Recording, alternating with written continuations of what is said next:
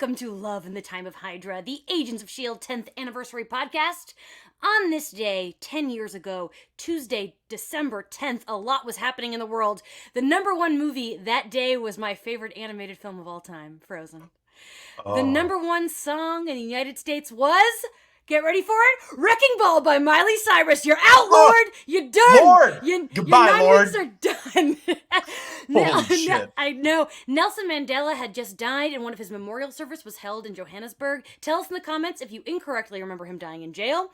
This is crazy. It was revealed that the NSA was playing World of Warcraft, Second Life, and Xbox 360 games to spy on gamers. And Uruguay became the first country to legalize the growth, sale, and use of marijuana.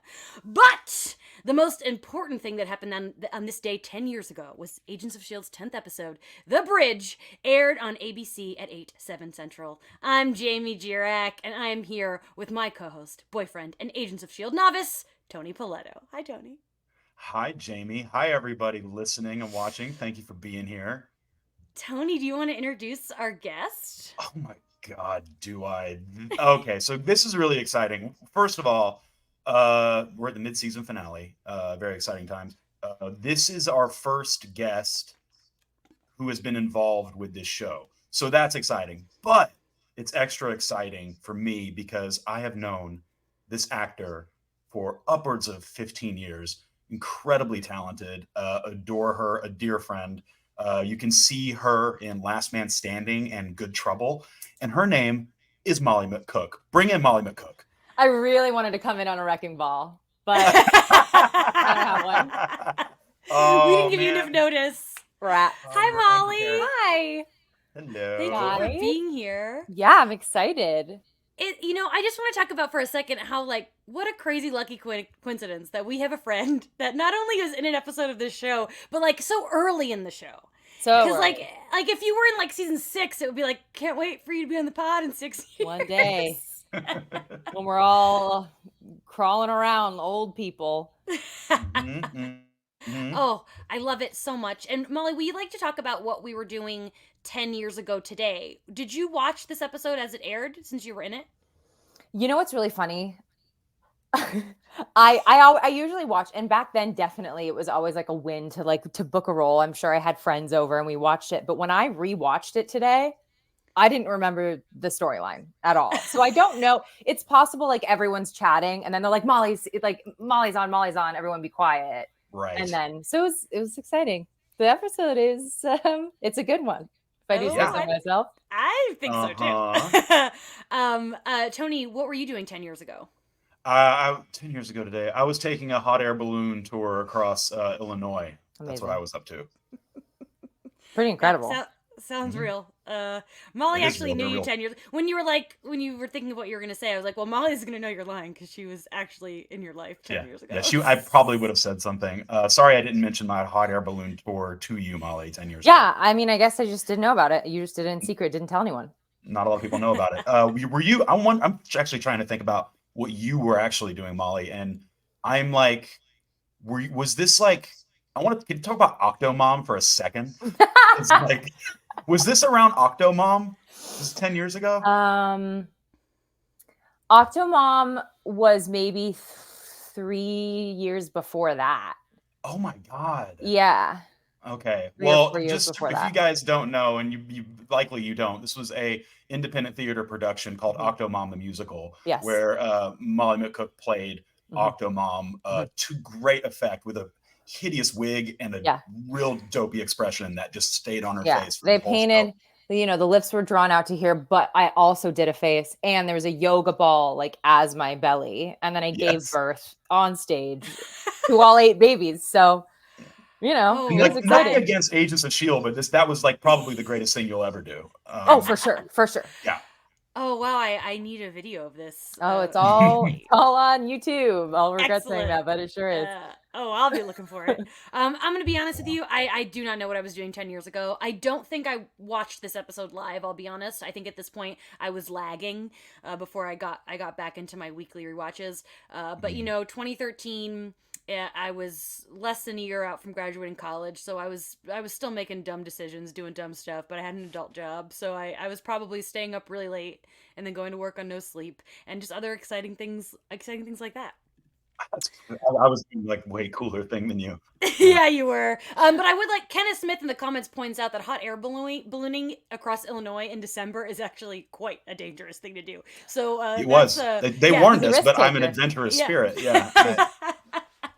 And speaking of, I want to shout out everybody who's been watching live and listening later on Spotify and Apple, all those platforms. Tony, I took a poll on Instagram to see if people love or hate Upwards like you.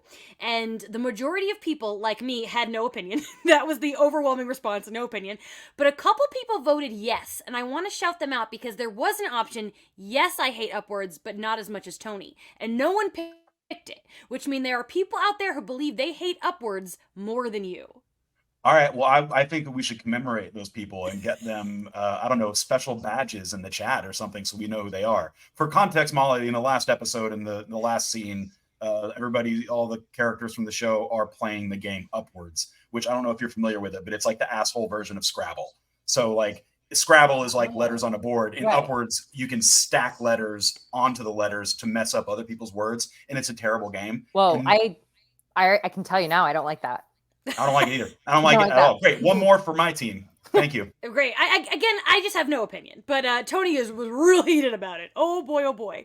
Terrible game. But the people I think like when Tony gets angry, and hello to the chat. Hello to those people. Yeah. Hello to the watching chat. live. Thank you for adoring in my anger. But this is a friendly reminder. Don't hate me so much that you spoil what's going to be coming up in the show. Tag your spoilers in the chat. That just means writing spoiler alert before you discuss anything that happens after this episode. And our producer, Maria Spertolozzi, is monitoring the chat to keep you guys in line. Hi, Maria. Hello. Yeah. We love that voice. We do love so that disembodied producer.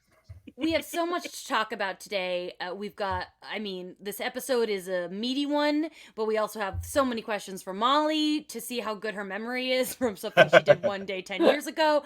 But first, just talking about the episode. It's the bridge. It's the mid-season finale. The last episode of 2013. It was written by Celicia Francis, who served as co-producer on season 1 and wrote 2 episodes.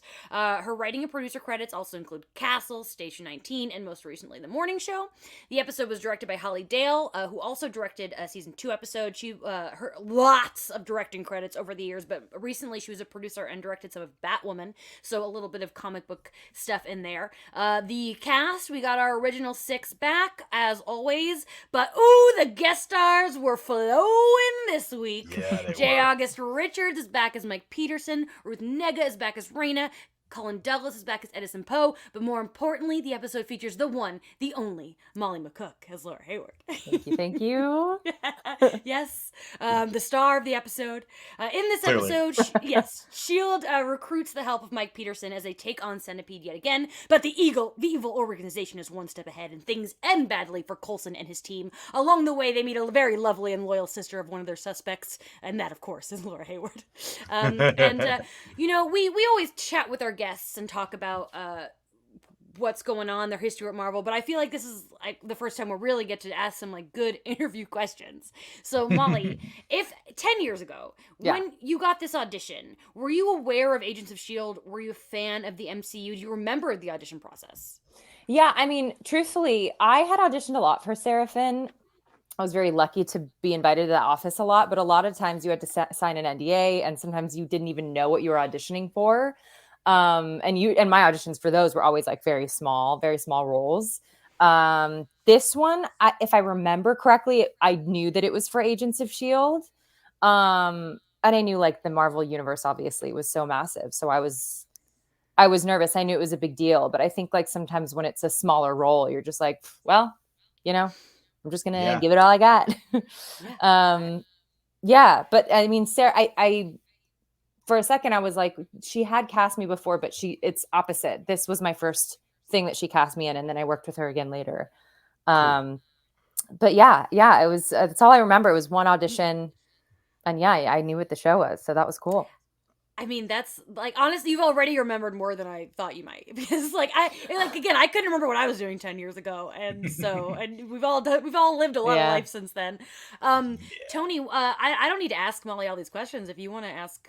Oh, can I ask one? Can I ask one? You can. Yeah. Why don't you ask your friend a question? Yeah. Oh boy. Oh, now I'm nervous. Okay. But like being on the set, obviously you're, one of the things that's been, common for me is being really irritated by Agent Ward. Is Brett Dalton nice? Yeah, he was very nice. Can you imagine if Okay, I was fine. like, oh, you guys? You know what I actually remember? This I do remember. I mean, he's extremely good looking, so I was like, whoa. But I remember that he was a smoker, and I remember being like, whoa, because he's in this like really nice suit, and he kept coming back, and he smelled like cigarettes, and I just was like, interesting. That's it. That was it. Oh. I just remembered that. That's the only I would memory not I have have. clocked him for a smoker. I mean, No. maybe he's quit now. Who knows? But it just was like on Yeah. that day he happened to be, and I just This thought that was sounds interesting. familiar, and I bet he doesn't anymore. But also, like, I would have thought that was hot. I definitely would have been. I Bad am boy Brett dating a Dalton. smoker, so I know. Yeah. It's so funny because I messaged Molly this, Tony, and I was like, it is so funny that the only person you really interact with is Tony's least favorite character. That's true. Yeah, I couldn't get Fitzsimmons in there or Clark Gregg, but that's did you meet anybody else from the cast, or did you just meet Dalton? I actually do remember meeting, because I know I've known Chloe Bennett, and so I think it was like, I don't know if it was at lunch, that I don't remember, or if they were outside while I was coming out of my trailer or whatever. So I said hi to her, and she was talking to Clark Gregg, and I was like, hi, and said hi to her. And then that was it. I mean, it's so funny because in the scene he's there, but he's far away. Right. Yeah. And but yeah, I did meet, I met him briefly. Yeah. Cool. And he was Cool. so nice. Him being far away in the scene, he's like leaning against Lola. The red car? Oh, did you yeah. get to see the car in person? Far remember? far away.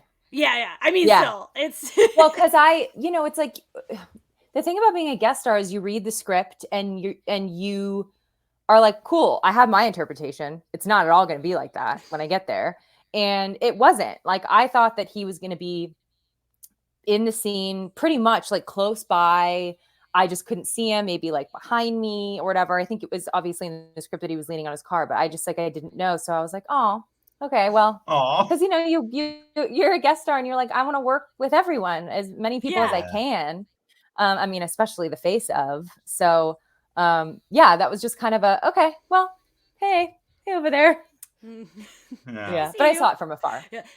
Yeah. And while maybe disappointing at the time, again, I must say hilarious 10 years later, just for Tony's sake. Yeah. And we talk a lot about, I mean, this is just kind of network TV in general, just the crazy turnaround that each episode has and how quickly they film this. Do you remember how long you were on set? Was it just a day? Did you have it was just a day. read? Yeah. No. Sometimes, most of the time, when you're an episodic character, you're cast so late in the process that they've already had the table read. A lot of the times, in my experience and friends' experiences, usually the table read for the next episode happens like at lunch while they're shooting the previous episode. Wow. So it's like very rare that you're already cast and ready for the next one by the time they're already doing it. So no, I didn't get to do a table read or anything like that. Yeah. I just learned a little bit, and that's just about the industry in general. I love it. And, you kind of addressed watching yourself, but how is it specifically like you're watching yourself act 10 years later? Was there anything that you were like, I think I would do that differently now? Oh, well, yes. I mean, I think it's a good guest star. I think so too. Yeah. Thank you. I'm proud of it at that age. I'm less critical of things when I'm so much younger, because I'm like, oh, she's sweet. Like, but I remember being directed so specifically in the phone call. And I had more fun with that. I mean, like, all we want as actors is to be directed and to be given specifics. And I very much was. And I remember watching it back being like, I did it. I did exactly what they said. Nice. So yeah, I wasn't too critical. It's quick and sweet, it's- and It's hard. I love that. And Alice in the comments wants you to know that she said she was a very good guest star, and I oh my agree. goodness, thank you. And, Sounding off. and yeah, and I will say, Molly, when I found out that you were in an episode, I think maybe Tony mentioned it, or why. Oh, this was maybe even before we were doing this podcast. Yeah. I obviously was like, well, I gotta know which episode. And the second I saw the episode, I knew who you were. I remembered you. Like, it might be a scene, but like I was like, oh yeah. The sister in the lottery. I totally know. Amazing. So Yeah. again, I think it's so funny that like it's just meant to be. And it's with the the strike ending. The strike sucked. It was such a rough time, and I think the most selfish I've ever been is like all my friends are on strike. The strike affects my job because I can't do interviews. Yeah. There's so much. LA is crushing. It's crashing. There's so much that's not working in LA right now because the strike is going on. But all I could think about was like this needs to end before December 10th so we can get Molly on this. Well, I remember I talked to Tony about it because I just was like, when you guys had first said it, I think it was like beginning of the strike when we didn't really know the rules. Still, we were figuring it out. And I remembered I called our friend Elizabeth and I just was like, do you know what the rule? Like, am I missing something? And we both like went on a hunt and then put everything together. And we were like, yeah, you can't talk about past projects. I was like, but it's so old. It's not even on anymore. I'm not helping to like promote the show. It's done. But those are the rules. No, you made the right call. We definitely wanted to go along with that. But like we literally kept this slot open, just being like, I hope that fucking strike ends. And I know. I'm so glad it worked out and we got you right now. Well, thanks, guys. Yeah, it's beautiful, and it also like that this is like the finale, the mid-season finale, so it's a good way to end the year. Before we start actually talking about the episode, Molly, is there anything else from your experience that you remember that we haven't touched on? No, it was quick. Nailed it. I said all my memories. Yeah. I think that's it. Yeah. That just means we're all doing our job, and I love sure to hear does. it. So episode 10. First, I got to know, Tony, what are your initial thoughts about this episode? Oh man, so many. Was really jazzed to see J. August Richards back because I love that guy. He's awesome in Angel, and he was in the pilot, and so didn't know he was coming. There he is. I think that it was really funny how he does, like, the thing that happens to J. August Richards throughout the television show Angel is he gets the shit kicked out of him. And so like every other scene of him in Angel is him sitting in a chair just like, oh God, oh Christ. And that's exactly what he did in this one. It's just like, it's like he's back, baby. So no, I love that. I love that he's back. I love that Ruth Nega's back. She's awesome and Insidious. And I like that this was just a really major crisis. I like ending on a crisis, especially, knowing that we're going to have to wait a couple of weeks before we get any more material. But no, very strong episode. And the antagonist, what's his name? Who plays? You wrote it down. Edison the bad Poe? guy.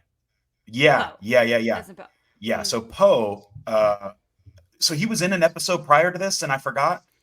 Yeah, there was an end tag of the girl in the flower dress. The first time we meet Raina, she goes to the jail, and she asks about like the clairvoyant comes up that time, and he's in prison. Okay, that's all right. So it was just that tag. So this time I was like, I know that guy, and I didn't recognize him from this or from the previous episode of Agents of S.H.I.E.L.D. So I was like, where do I know you from? And I went down this list, and he's just kind of like a guest star rock star. Like, I mean, he just like 1, 2, 3 episodes of this, that, and the other for like years and years and years. But I finally found the thing that I know him from, and he plays a diner manager in the movie Love Liza with Philip Seymour Hoffman, which I've seen so many times. Mm-hmm. Yeah, you have seen that. Molly, have you ever seen Love Liza? No, I've never seen that. Oh, it's incredible dramedy. Philip Seymour Hoffman, like early 2000s, and he goes into a diner, and this guy is like an asshole who works at the diner, and I finally was able to like place him, and I was like, yeah, you with your face. Yeah, good episode. Love that. Molly, taking aside from the fact that you were in this episode, watching it, how did you feel about it? And like, did you know anything that was happening? I don't think you've seen the show. You don't watch the show, or no. Right? But actually, surprisingly, when I refreshed myself today, I mean, I followed along. I'm sure I missed a lot of ongoing storyline. I mean, the plot points I understood. I cared about the characters. Ooh. So many moments I lost my breath. I was like, oh no. I love and I'm sure there's some sort of through line with Chloe Bennett's character of like looking for her mom, right? Which Yes. I always like those things. And that was at the very beginning. And I always like heartfelt stuff and like in the midst of a lot of action. And then what was the other the whole centipede thing? Is that like an ongoing thing? Yes. Yeah, that's kind Cool. of what we know of as like the big bad of the season. But Yeah. this was an interesting one for you to jump into because a lot of these episodes are especially this part early in the show are contained, and because this is the mid-season finale, like Tony said, like there is stuff that we hadn't seen since the first episode of the season. I see. That all came back. Okay. But you nailed it with the emotions mixed in with the action. That's Agents of S.H.I.E.L.D. I mean, yeah. I mean, any good show, any episode will be a good standalone, and I loved it for what it was. And it just so happened to be like, you know, a big finale, which is so exciting. Yeah, cliffhanger. I really love this episode too, but it's where this weekly watch now gets really hard because this is the first time that I have a cliffhanger, and I just, like we said, I love how it ties everything together. We get so many cool characters back. As a big Angel fan, I always love seeing J. August Richards in anything, and Ruth Negga, of course. Like not long after this, she gets nominated for an Oscar, so it's so cool to see her on the show. She's just so talented. So I'm a big fan of this one. And I'm from here on out, pretty much, we're just trucking. I think every episode from here on out is pretty good. So we like the worst is behind us. And I think that's really exciting. If the worst is behind us, then that's because like there's only been a couple of like episodes so far. That's encouraging. Yeah, I think there's maybe like one episode in the season that's left that I'm like, but for the most part, it's some good stuff. So let's like break down. Let's like talk about this episode a little more deeply. We open with Edison Poe getting busted out of prison. We know Centipede is back. Tony, you kind of addressed this a little bit in terms of being excited to see all this back, but were you surprised? Did you think we would ever see J. August again? Did you think that all the Centipede stuff was gonna come to a head this quickly? No, I didn't. I got really excited when J. August Richards was in the pilot, and I think you I don't know, like help to like adjust my expectations, because like, is he just like in this show? And I think so. I was under the impression that we would never see him again based on whatever it is you said to me that day.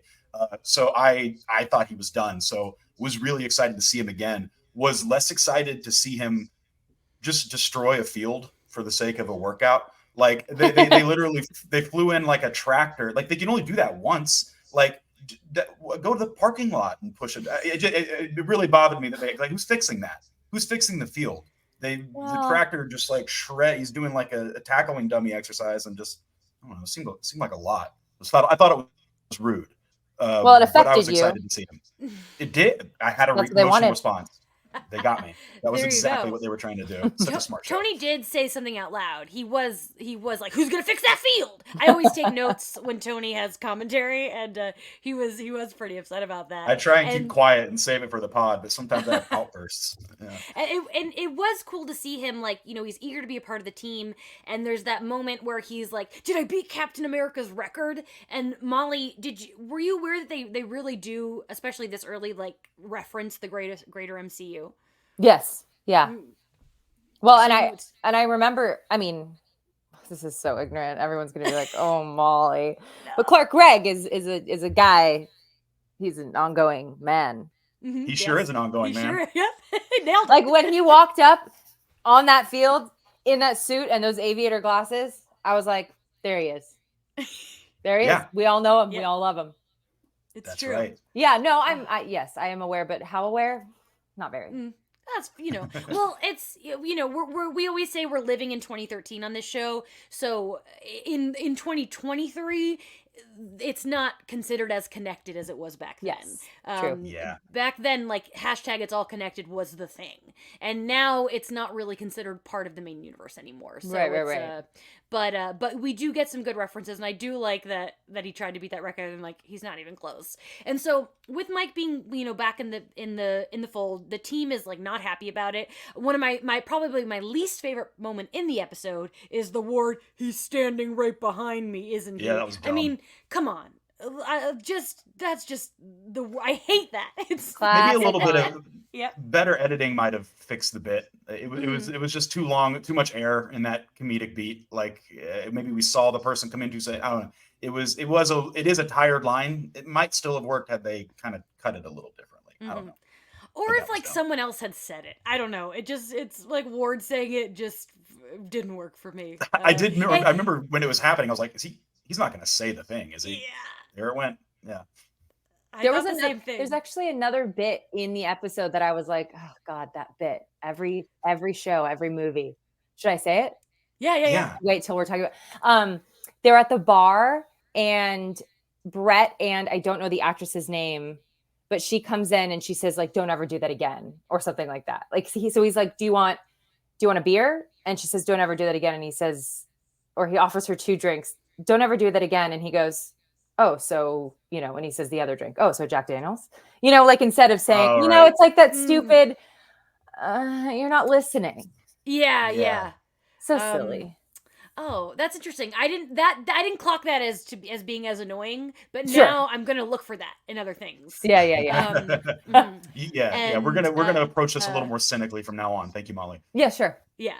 And that was the scene with Ming Na Wen with May and Ward, which we are going to talk about soon. But there's still like a lot more J August stuff to talk about. Like it's just even before we get to the big ending. And one thing is that Fitz has made him a special suit. We learned that this gun from the first episode helps stabilize the extremis. Which Molly, I don't know if you've seen Iron Man 3, but that's a big thing from Love Iron Man 3. Man. It tis the season. Iron Man 3 is a Christmas movie, and love. and my favorite Iron Man movie.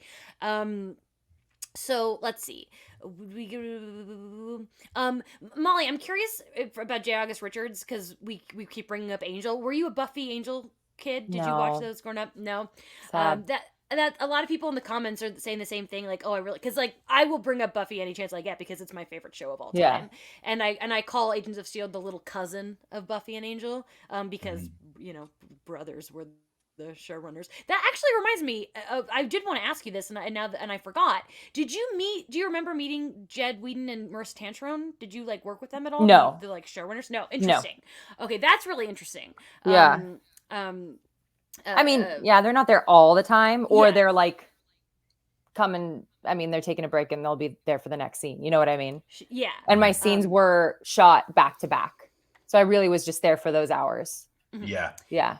Interesting, because I guess imagine like they can't be there every second of the day. Yeah. So that is fascinating. All right, so Molly brought it up, but Skye looking for her parents. This has been a whole thing, and she asked May for help, and May is really just straight up mean.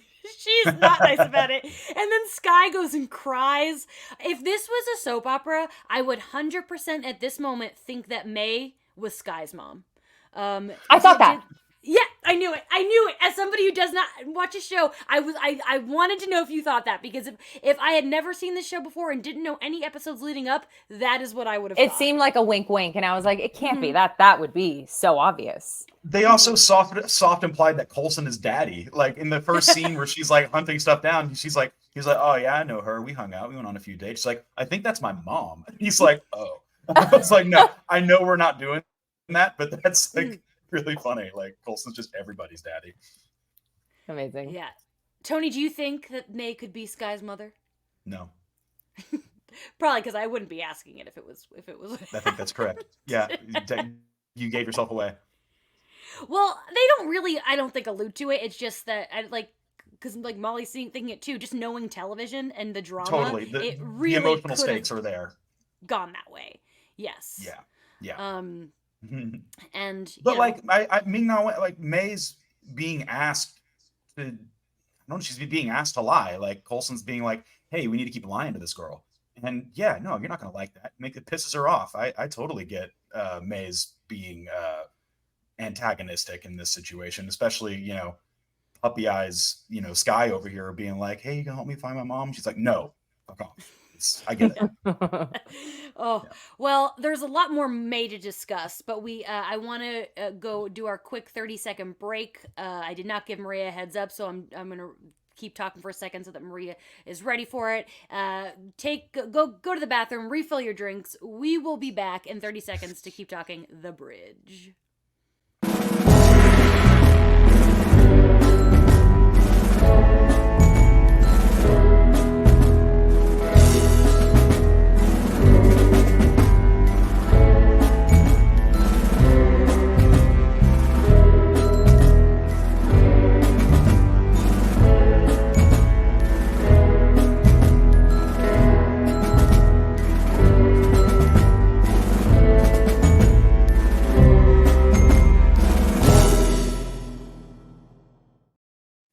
Oh, what a bop. Welcome back to Love in the Time of Hydra. I'm Jamie here with Tony and our special guest, Molly McCook. We are talking The Bridge, and the next portion of our chat is the May Ward, the romance. Things are getting kind of tense. Ward's like trying to flirt with her on the bus. She gets salty. Molly mentioned a little bit about this scene already, but then he gets so defensive. Don't flatter yourself. And then Ward even looks sad later when Coulson more or less says that dating people at work isn't a good idea. So it feels to me like Ward's catching feelings. What do you guys think? No, I don't think he's catching feelings. I don't think there's anything romantic. It's sexual tension, but no romance. I don't think. What do you think, Molly? Yeah, maybe they're gonna get naked at some point, but maybe that's it. They have. They've They done have. Yeah. They, So Oh they- wait, they've yeah, been they doing it. alluded to that, didn't they? Yes. Or he did. Yes, they've been fucking, but Right. in secret. And so it seems like it's just passion of the flesh kind of a situation. But Yeah. I don't know, in this episode it makes me like he's starting to get he took a punch for her and she was pissed but because of that conversation in the car with Coulson, I think that he's considering what it could be like to date May. Okay, all right. Yeah, he could be considering that. But would she May's ever not allow it? No, she's so I mean, I don't know her well. singular. Yeah, I think that there's a lot of tension, and yes, it's this. We talk a lot about it in the bombshell moment when he goes into her hotel room, and I'm like, all right. And my thing has always been like, this is going to be an agreement. This is going to be a sexual relationship. No feelings. Of course, feelings are going to happen. People are going to start being defensive and caring and all of these things. But I still don't see this as like something that's going to be like a romantic arc for the show. That's Also, all I'm saying. season 1 would be so early. Mm-hmm. Yeah. But I guess that wasn't the question. What happened now? What happened later?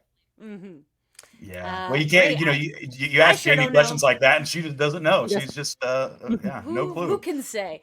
Brendan in the comments says, I think it's more of Ward being a baby about being told he can't have something. I think that's a good assumption. Yeah. Earlier, Alice just wrote, Ward is annoying, but I don't even know what it was in reference to. That's just an evergreen comment. But that's a true thing. It's an Yeah, evergreen comment. Yeah, I agree. I got some things to say about Ward and his sniper positioning later. I'll tell you that. Yeah, But- we'll get there because kind of leading into this. So the reason this is really funny to me. So we're going on their way to meet one Miss Laura Hayward, who they say is at college taking a class called The Psychology of Women, Unraveling the Female Psyche. And it's very clear the only reason they put Molly's character in this class is so that Coulson and Ward could have an excuse to talk about relationships in the car. course. That is why that class exists. Molly McCook is my favorite and- plot device. of all time. Oh, we gotta clip that. And we do like that the cellist comes up again. Yeah. Molly, I don't know if you remember in the Avengers, Coulson does talk about how he was dating a cellist. Oh. Mhm. In Portland. Yes, so that is something that we've heard about before. Okay. But I also am curious, Molly, did you know, from the script, that class, did you know this about your character, early on, that, the only really thing we know about her is that she's taking this female psyche class? I don't even know if I got a full script because it was on such lockdown. Yeah. So it's possible that I just got my scenes and I got the snippet of the scene right before. Right. So it was probably in there. Yeah. Yeah. It may have I'm been there. picturing you like with a notebook being like, okay, so I'm picturing why, Molly enrolling in a does she want class. to yeah, right. Like why to does she want to understand. know about Yes, the me. female Yeah. Oh yeah. getting all That's this me. so then here we go. In order to find this centipede guy who helped break Poe out of prison, they want to find his sister. For some reason that's their best plan, is to go through the sister. And I want to bring up, Molly, your character's brother was played by Paul Lecavara. Who Brian Hayward, he's a stuntman, and he did stunts for 5 episodes in season 1, including the episode before this one. And he was also Tom Hiddleston's stunt double on Thor and the Avengers before this. So because he worked on the show, I'm wondering what came first. Like if they already knew he was going to come in and play this character, and then if they brought you in after. I'm guessing you probably don't know the order of which those events occurred, but I have Maria, I got her to pull up a picture because I want to see if we think that you guys look like siblings. Oh. Yeah. We got some slides in here. Here he is. It's not like I don't not see. Sure. It's not like, no, never. You know. I mean, I do y'all wonder. are white. Yeah, exactly. Right, exactly. How much thought was really put into like the fact that these two people are siblings? Yeah. 0. For sure. Yeah. I would go. I mean, not because they look so dissimilar, but I think just as a practice, they're not trying to take into consider. We got a white guy and a white girl. They're brother and sister. I probably look more like him now than I did then. Maybe so. Yeah. You know, older. Yeah, It's the beard you've got. Damn it, Tony. I got you. Yeah, you did. Yeah, I think that's interesting because it's like clearly they weren't like, oh, we gotta get in there, like, you know, they didn't even bother with like a hair color or anything. And I also want the first time that we see you in the episode is actually like a photo on a thing. That's right. Here we go. We got this one too. And I did go back and look because your hair is different from the scene that you're in. And do you remember like taking this photo, or was it a photo that was provided? Vaguely. No, I took it there. Vaguely, I remember. I think they may have taken it whenever I did my wardrobe fitting. Okay. That makes sense. So I think I either was there a couple days before or day before and went there, did a wardrobe fitting, and they were like, we want to grab this photo here, wear this shirt. And I just had my own hair and makeup, you know, that I did just coming there, and then they just snapped it. Yeah. So they're not really, I mean, well, I don't know. I don't know if they had already shot the scene where they're looking at the pictures, but I doubt they were really looking at anything. Right. Yeah. There was no big shield screen going on. Right. I like learning that this was your own hair and makeup because I literally thought, I'm like, wow, Molly's hair looks really good in this photo. And it's just kind of like, it's not that it doesn't look good in the scene, but it's just like kind of down. Like there's nothing fancy happening. Like there's just, it's just his hair that exists. It's just hair. Yeah. Oh, Yeah. that's my favorite thing that in shows, you're like, but did you have time to blow dry your hair like that? Oh, wow. You put fake eyelashes on before you went to sleep. That's so interesting. Beauty is pain. Movie making. Yeah. I love, we should get screen grabs then more. I enjoy really studying the photos. Okay. So you have the scene with its award comes up to Laura, and maybe it's because I'm just like Team Molly, but I feel like that this is kind of mean, like pretending that somebody won the lottery, even though like she doesn't buy it at all. But I do think it's kind of mean. And Molly, I don't know if you know this, but you are in the MCU wiki, the fandom.com wiki, and your character has its own enemies section. And cool. Your enemies are, it just says, just blanket Coulson's team, and then specifically Grant Ward and Phil Coulson. And I think it's really funny that you're considered enemies, but I don't blame it because this was mean. This was a mean way to get somebody's attention. I mean, I lied, but also he was expecting me to lie. So I didn't do anything wrong. Actually, I helped them. Yeah, you did. They knew you were gonna knew you were gonna make a phone call. That was what they needed. I'm so predictable. I mean, knowing that, you know, Molly has an enemy list, like I wonder if like you guys both know that Molly's like a supervillain in the next season, and I just don't. Fingers crossed.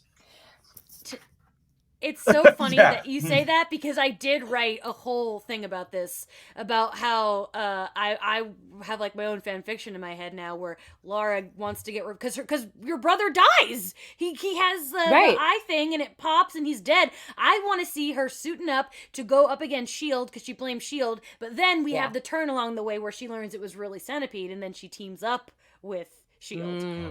That's like give me that spinoff. That's a Let's comic. get Molly and Ruth Negga on camera together in the Yes. reboot. But first, her character has to withdraw from school because that would be rude to just stop coming. No, I can do it all. Okay. Yeah, I can do it all. Great. She's still in school. She's still taking that class. Like she just has not figured out women yet. Have not Class by graduated. day, anti-Shield by night. Yeah. Oh, all right. So they're figuring more out. We're back to the centipede of it all. We learn that they're in hiding because of Coulson's team. The soldiers need these constant upkeep. All is falling apart. Raina wants to know more about the clairvoyant, but she clearly has a hard-on for this mysterious clairvoyant. She wants to know more. And it's also because, like, everything out of Ruth Negga's mouth is so sexy, and, like, that's clearly purposeful for Raina, but also she's Ruth Negga, so it, like, really doubles it. And it's like, just tell her about the clairvoyant. Give this woman what she wants. Yeah. Her feminine wiles are not working on Poe at all, unfortunately. No, not at all. And I do want to bring up that we got an Aquila name drop.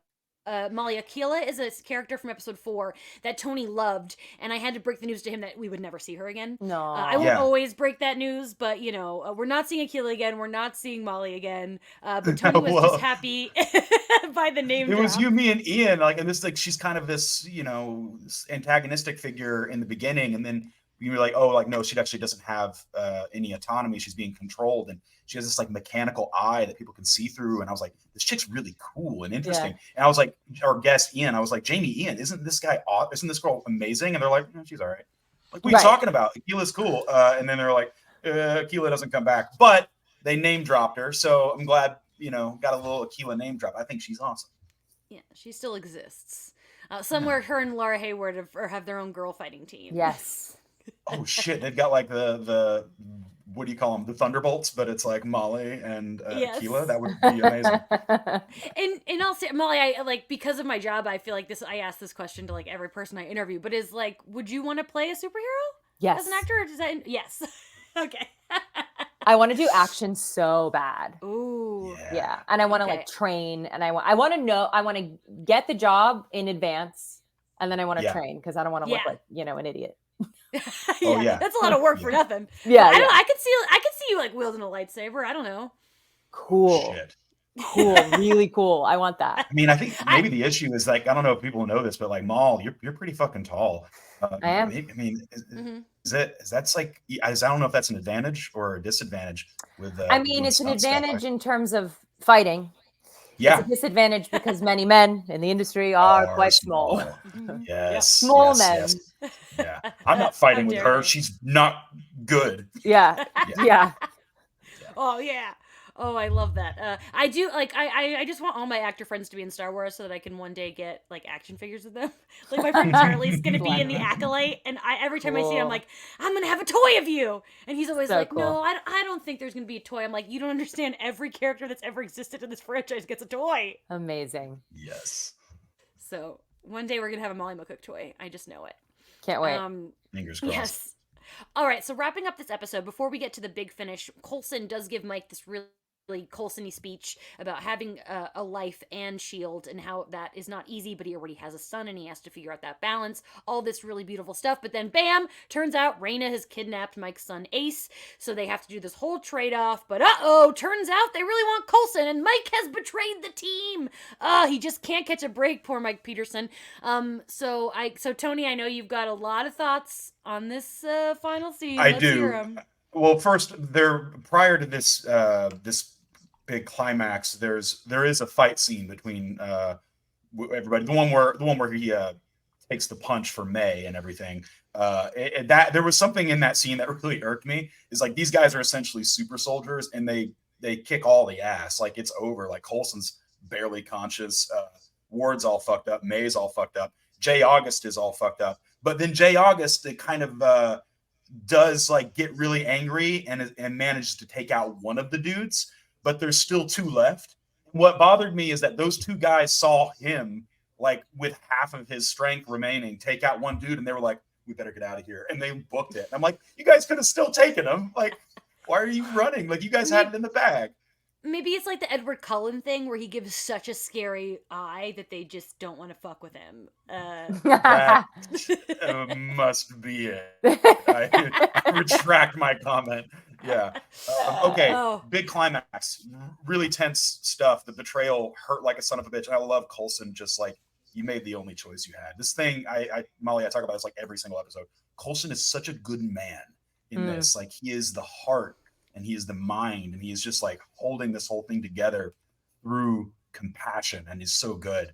Love him. Ward, again, you're killing me.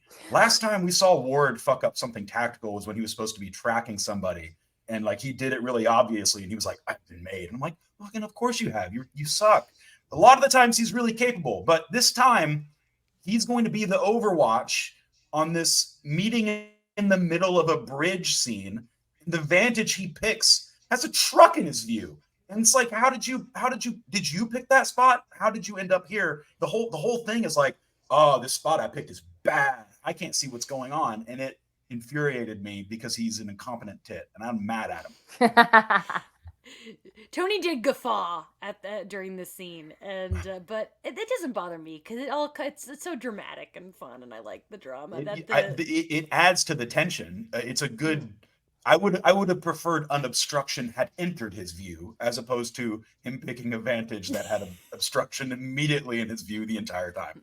But yes, it does. Knowing that Ward can't help makes that even more tense. So that was a good scene. Molly, did you notice this? Did this bother you? Were you nitpicking things like Tony? I wasn't. I wasn't nitpicking.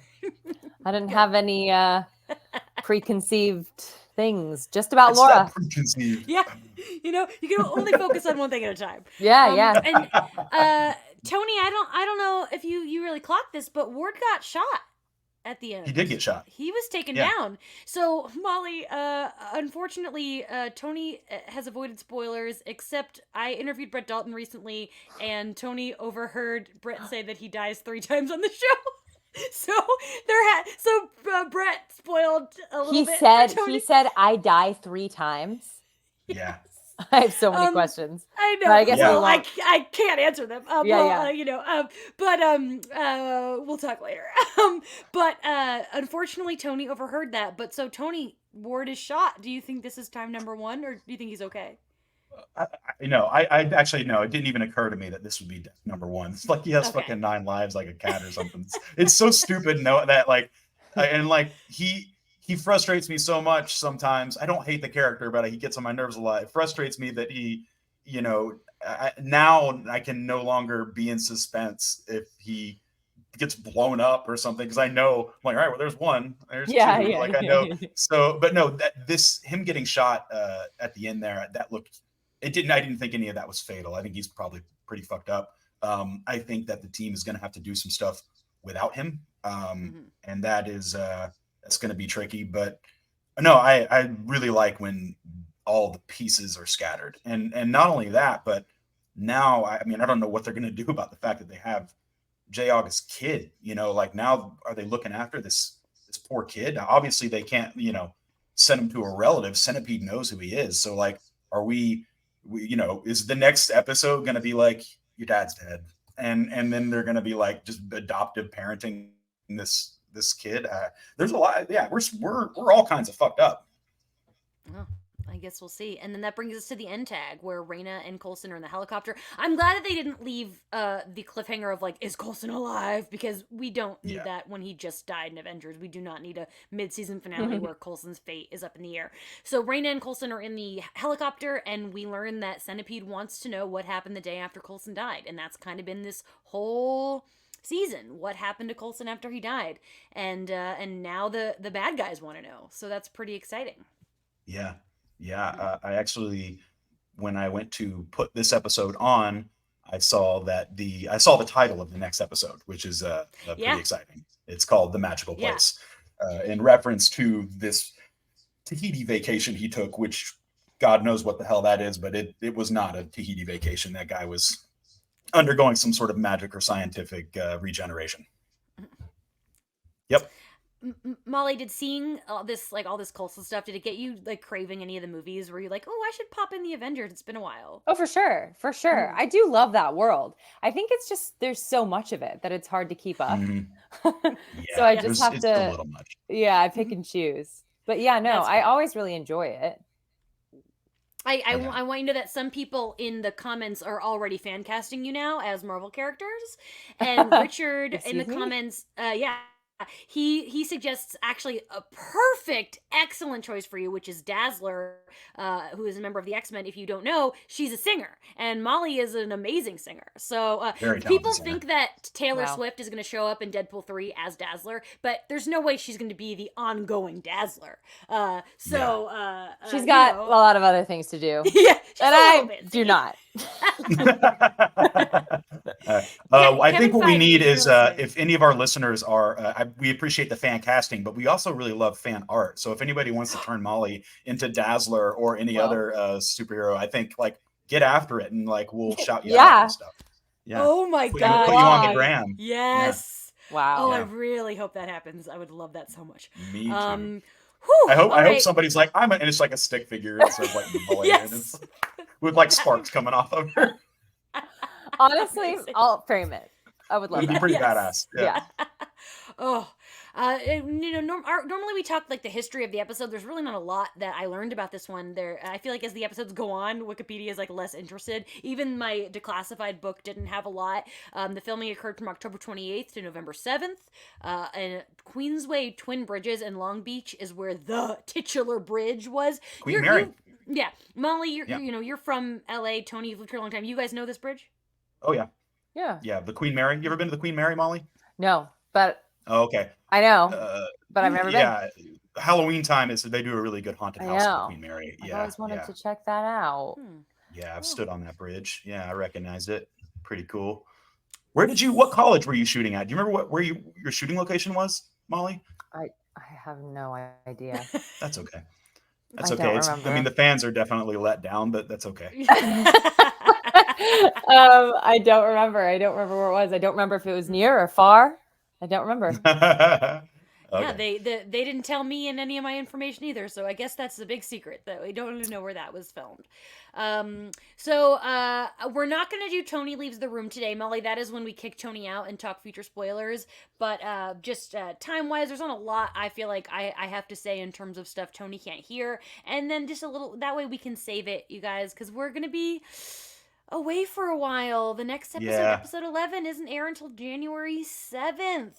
Before we say our goodbyes, Molly, do you have anything you want to plug or any work you want to talk about? I know with the actor strike, there was certain stuff that you didn't get to talk about in that time. Oh, I mean, I had a film called Maybe It's You that aired during the strike, and I think you can see it on like the NBC app, as well as E. It was an E network movie, but it is going to be on Peacock in January. So I will be posting about that when we get like the official date and stuff. Yeah. Oh, cool. We'll So I'm have to watch excited that. that there's like a new life to it. Yeah, and a lot more Yeah. people have Peacock. Yeah. That's exciting. Yeah, Cool. I love You Peacock. kind of get a Yeah. redo and promoting this. I That's know. great. Thank God. It was so sad. It's so sad. It was so Yeah. sad for so many reasons. But like, yeah, I realized how many TV shows and movies I see and I know about because of the actors and people that I follow, and I miss so Totally. many. I'd go see a movie and see a trailer and be like, what? What's that? I haven't even heard about that. Right. So I'm just glad it's all back. Glad we're back. Hell yeah. Actors promoting Exciting. projects is truly so important. And when people Yeah. like talk about the box office failure of the Marvels, it's like we need to also recognize that the very famous cast of that movie did not get the chance to promote it. And I think Yeah. that's something important to talk about. Yep. But oh goodness, Tony, would you like to say our thank yous? Oh, I'd love to say our thank you. So thank you to Stephanie at Eclectic Muses on socials for doing our wicked artwork. And thank you, Ryan Miera of Yellow Pills. You can find him at Yellow Pills Music on Instagram. Instagram. He did our killer music. And thank you to our producer, Maria. Thank you, producer Maria. You're welcome. Ooh, excuse Yes. me. And thank you to my dear friend Molly. I'm so glad we got to have you. Thank you Me so too. much. This was so fun. Thanks, Oh, guys. Yeah. Thanks for being here, and it's fun because like you and Tony have known each other for so long, but now I'm like Molly's my friend too. My friend's on the podcast too. Yeah. and that's really Yeah. fun. I love it. For all of those listening, follow us on social media at LitoPod on Instagram and Twitter. Follow us, subscribe on Spotify and all those other podcast places. Leave us those 5-star reviews. Ask questions. We're gone for almost a whole month, but I still want to talk to you guys all on social media. If you want to DM the Lido account, you can talk spoilers because only I see those. But just a reminder, if you're commenting on Instagram, tag your spoilers. But Twitter's also a free place for spoilers. We can chat. I want to talk to you all. We want to keep engaging. We're talking about maybe doing a Patreon episode before episode 11. So we'll keep an eye out for that potential news. Nothing's set in stone. And also, there's a whole month where your friends can catch up on Lido. Tell your Yeah. friends, hey, watch the first 10 episodes of Agents of S.H.I.E.L.D., listen to the first 10 episodes, then start following along, watch along with Tony. We'll be, please. for episode 11, we'll be back live on YouTube and Twitch in the new year, January 7th at 5 p.m. As always, if you can't make the live stream, check us out later on all major podcast platforms. Goodbye and happy holidays, everybody. Happy holidays. Bye. Bye.